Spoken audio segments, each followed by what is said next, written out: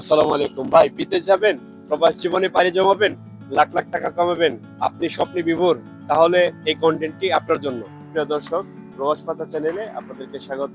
পূর্বের ভিডিওতে আমরা আলোচনা করেছিলাম সৌদি আরব যাওয়ার যে সুবিধাগুলো আছে সেগুলো নিয়ে। আজকে আমরা আলোচনা করব সৌদি আরব যাওয়ার যে সমস্ত অসুবিধাগুলো আছে বিস্তারিত। চলুন শুরু করা যাক।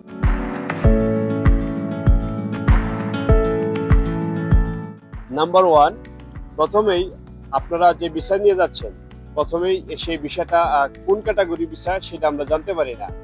আসলেই আপনি আপনার পেশা কি সেটা যদি আপনি শনাক্ত না করতে পারেন, তাহলে স্বভাবতই আপনি বাইরে যাওয়ার পরে বিপদে পড়বেন। আপনি যে পেশায় যাচ্ছেন, অর্থাৎ আপনি কি একজন সাধারণ শ্রমিক, নাকি আপনি কোনো বিশেষ পেশায় দক্ষতা রাখেন, এই বিষয়টা সবার আগে জানা। আর যদি এটা না জেনে যান, তাহলে কিন্তু আপনি ধরে রাখেন আপনি সৌদি আরব যাওয়ার পরে বিপদে পড়বেন এবং সেখানে যে কান্নাকাটি করবেন যে দালাল ভালো না, অফিস ভালো না, সুতরাং আমি বিপদে পড়ে গেছি, আমাকে বিপদে ফেলাই দিছে। সুতরাং আমি বলবো যে আপনি বিদেশ যাওয়ার আগে সবার প্রথমে আপনি জানার চেষ্টা করুন যে আপনার কোন বিষয়ে দক্ষতা আছে বা আপনি কোন বিষয়ে গেলে ভালো করতে পারবেন, সেটা জেনে বুঝে।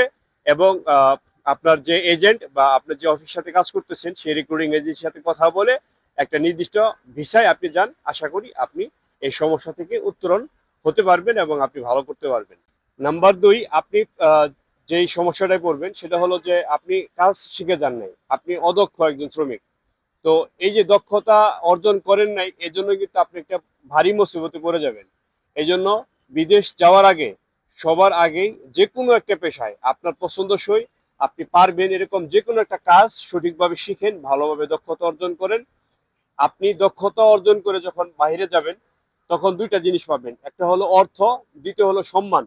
দেখেন, আমরা যারা দেশের বাইরে যাই বা প্রবাস জীবনে আহ, আহ, আমরা পাড়ি জমাই, তো আমাদের কিন্তু দুইটা লক্ষ্য মেন থাকে। একটা হলো যে আমি যে দেশে যাচ্ছি সেখানে যেন আমি পর্যাপ্ত টাকা উপার্জন করতে পারি, অর্থ উপার্জন করতে পারি এবং আমার ফ্যামিলিকে এস্টাবলিশ করতে পারি, আমি নিজে প্রতিষ্ঠিত হতে পারি।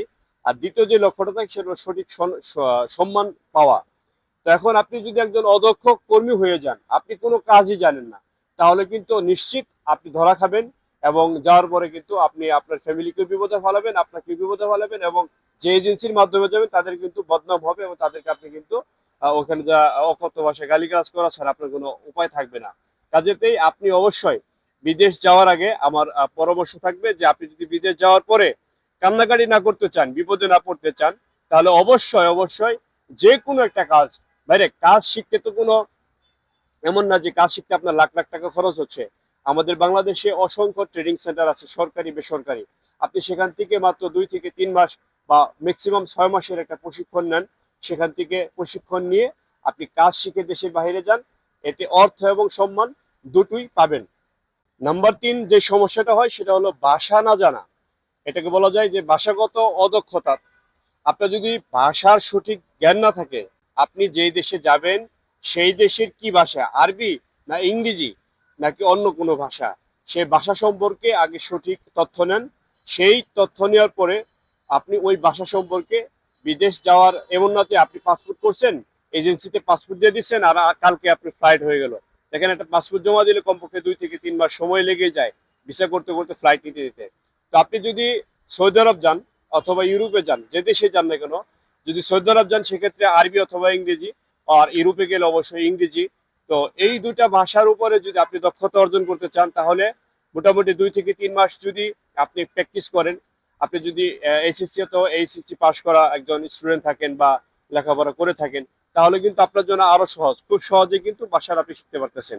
আর নাম্বার দুই হচ্ছে আপনি পড়াশোনা করেন নাই, তারপরেও কোনো সমস্যা নেই, অল্প শিক্ষিত, সেই ক্ষেত্রেও আপনি কিন্তু যদি যাওয়ার আগ পর্যন্ত 1 থেকে 2 মাস 3 মাস একটু ভাষা প্র্যাকটিস করেন, তাহলে কিন্তু আপনি চলে ফিরে খাওয়ার মতো ভাষাটা শিখতে পারবেন। দেখেন, আমাদের এখন বর্তমানে ভাষা শেখার জন্য যে ট্রেনিং সেন্টারই ভর্তি হতে হবে এরকমও না।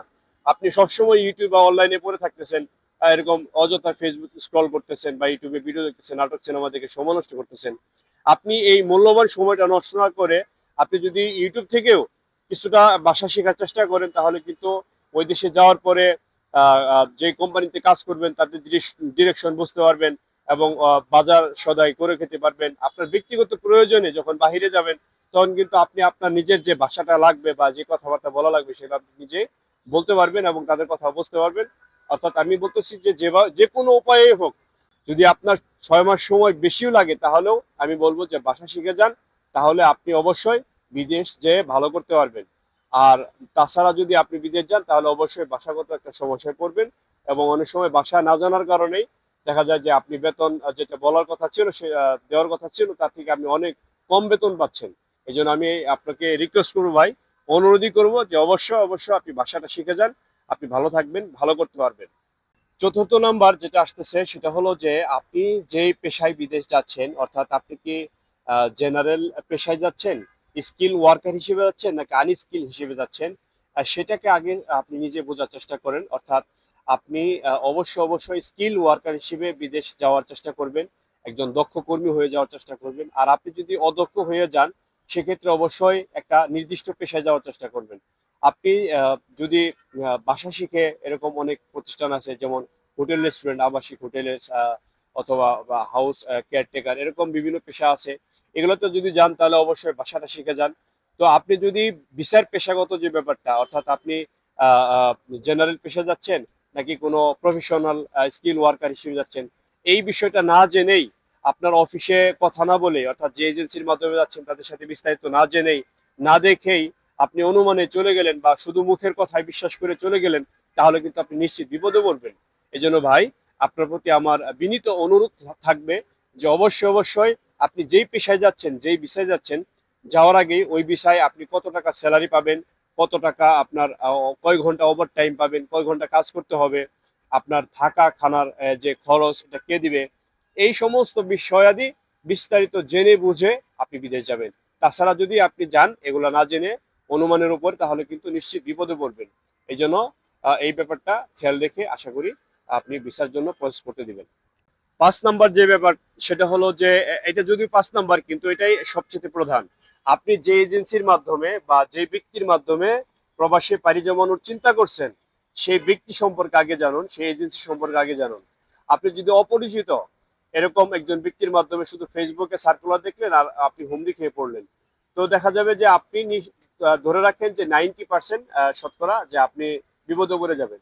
হয়তো প্রথমে আপনি আপনার বিদেশ যাওয়ার যে স্বপ্ন ছিল সেটা বাংলাদেশেই শেষ হয়ে যাবে, পাসপোর্ট আর টাকা যেটা দিচ্ছে সেটা নাই হয়ে যাবে, অথবা আপনি যদিও যান দেখা যাবে যে আপনি যে কন্ট্যাক্ট, আপনাকে যে কথা প্রতিশ্রুতি দেওয়া হয়েছিল সেটা কিন্তু আপনি পাবেন না।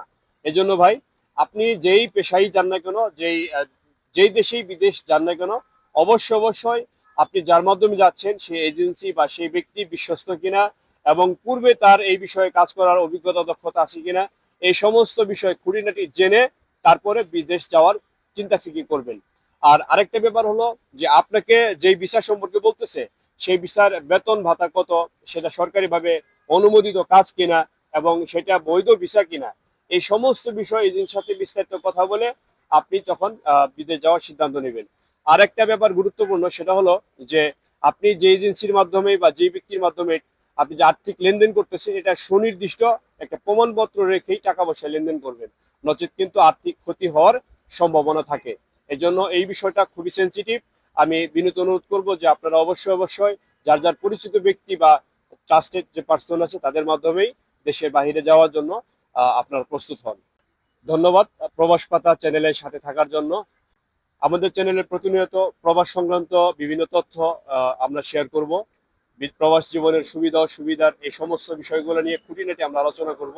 ইনশাআল্লাহ আমি চেষ্টা করবো আপনাদেরকে প্রতিনিয়ত বাংলাদেশ থেকে যত দেশে মানুষ কর্মী বিষয়ে যায় তাদের সমস্ত বিষয় তথ্য দেওয়ার জন্য, এবং এই বিষয় যখন আপনি যাবেন যাওয়ার আগে পূর্ব প্রস্তুতি কি, কিভাবে আপনি গেলে আর্থিক ক্ষতির সম্ভাবনা থাকবে না এবং আপনি লাভবান হতে পারবেন, এই বিষয়ে সমস্ত তথ্য দেওয়া হবে। সুতরাং আপনাদের আমি অনুরোধ করছি আমার চ্যানেলের সাথে থাকেন। ইনশাআল্লাহ পরবর্তীতে আমাদের নতুন কন্টেন্ট আসতেছে, এই কন্টেন্টের ভিতরে ভালো ভালো তথ্য পাবেন। ধন্যবাদ। আসসালামু আলাইকুম ওয়া রাহমাতুল্লাহ।